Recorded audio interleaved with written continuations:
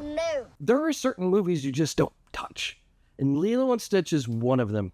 At least that's what my wife feels. It's her favorite Disney animated film, and when we heard they were turning it into a live-action movie, her immediate response was, leave it alone. Don't mess with it. Don't even try to upgrade it.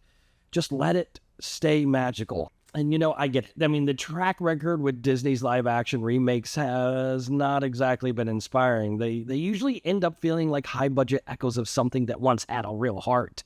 They try hard, but they often lose the very thing that made the original special. And in our house, we are a Stitch family. We've got Stitch plushies and pillow pets and Stitch figurines on the shelf. Even a license plate frame on our car is Stitch. We live in Orlando. We go to Disney World. We see Stitch everywhere. It's part of the air we breathe at this point. And for my wife, seeing a CG Stitch just didn't sit right. She wasn't ready to have her version tampered with. Now, my 7-year-old, she's all in. She's begging to see the new one in the theaters, and since someone's had to test the waters and see whether this thing would be tolerable or totally unwatchable, I stepped up. Think of it as a reconnaissance mission.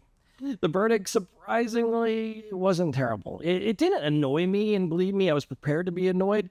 The trailers gave me Garfield flashbacks, you know, the ones from the 2000s movies with the weird mix of live action and CGI. Yeah, I worked on Garfield of Tale 2 Kitty, so I've seen that kind of awkwardness up close, and that haunted me going in. But here's the twist. Despite some clunky additions, the film actually holds on to the heart of the original. Not all of it, but enough to matter.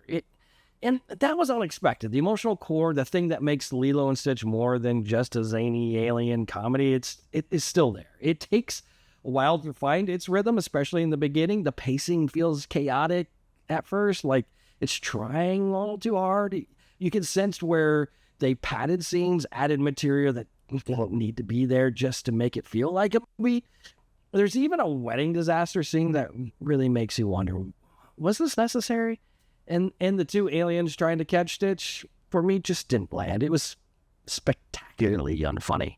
But despite all that, the emotional weight is placed. The live-action version shifts the focus more than I expected onto Nani, Lilo's older sister. And honestly, that's one of the smarter moves in the movie. In the animated version, Nani's story is important, but she's given real weight. Her struggle to balance her life while protecting her sister feels more grounded. She has everything to lose. The conflict isn't just aliens and chaos. It's adulthood, responsibility, and loss. That part, that works. Now, the film still feels a little flat visually. Technically, it's cleaner than the older hybrid movies, but it doesn't quite pop. And it has that production vibe of a Disney Channel original, slick but not cinematic. And when you're working with a story this beloved, that lack of magic becomes noticeable. And still, the girl playing Lilo, she does well. And I was nervous going in. Lilo is such a specific kind of character. Odd, empathetic, angry, loving. She's a walking contradiction, but this little girl captures that.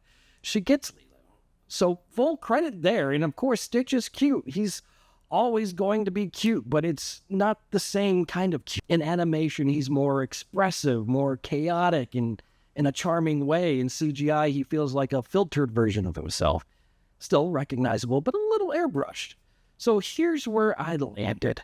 This isn't Lilo and Stitch in the classic sense. It's not the movie we fell in love with, but it's a companion piece. These live-action versions, that's what they are. They're companion pieces. Not replacements, not reimaginings, just side stories, extra flavors. Sometimes they taste right, sometimes they don't, but they're never the original dish. And as a parent, that's what it all comes down to. We grew up on these films. We're trying to pass that feeling down. We want our kids to love what we love. We want that moment of shared joy. And sometimes that means we walk into a theater unsure and hoping.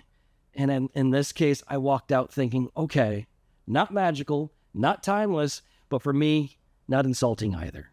We'll find out what my wife thinks. And if your kid wants to go see it, it'll be fine. It's not great, but it shouldn't ruin your afternoon. And that's more than I can say about some of these remakes. And if I wasn't doing all of this, would I have watched it?